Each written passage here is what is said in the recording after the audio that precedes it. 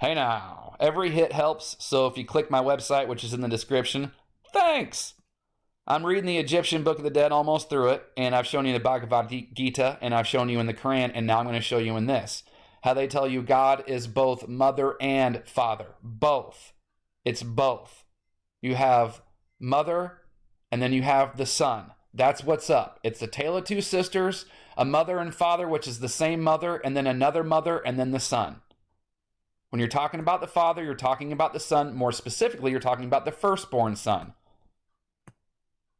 We'll get into that in just a second. God is father and mother, the father of fathers and the mother of mothers. You see? The Quran's hilarious. I've even shown you, but I'll say it again because I think it's really funny.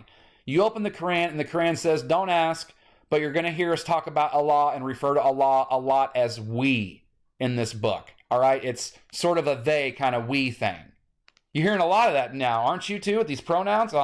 Very strange, isn't it?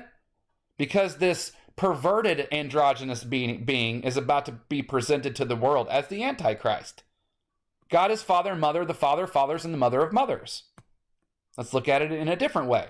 Nu represents the primeval watery mass from which all the gods were evolved and upon which floats the bark of millions of years containing the sun. This god's chief titles are Father of the Gods and Begetter of the great company of the gods. He is depicted in the form of a seated deity, having upon his head disc and plumes. But get this right here. Listen. Nut, the female principle of Nu. So you see, not the wife, not the concubine, the female principle. You're talking about something that is both masculine and feminine. You don't even see the word masculine in here, do you? You don't. That's only the sun. That's where the sun comes from. That's the true masculine.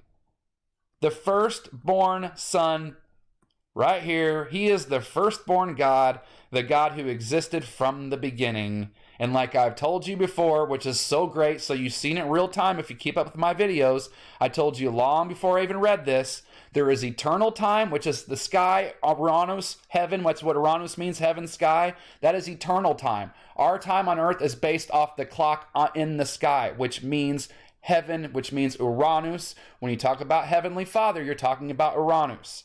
He is the Lord of time, and he traversed eternity. And the love of him is sweet. Boy, this book, it's got it down, knows exactly what it's talking about. All right, so I just wanted to get that out there. All people make supplication unto him through his mighty power and terrible strength, and every god lieth in fear of him. I like doing my research. What have you done for love today?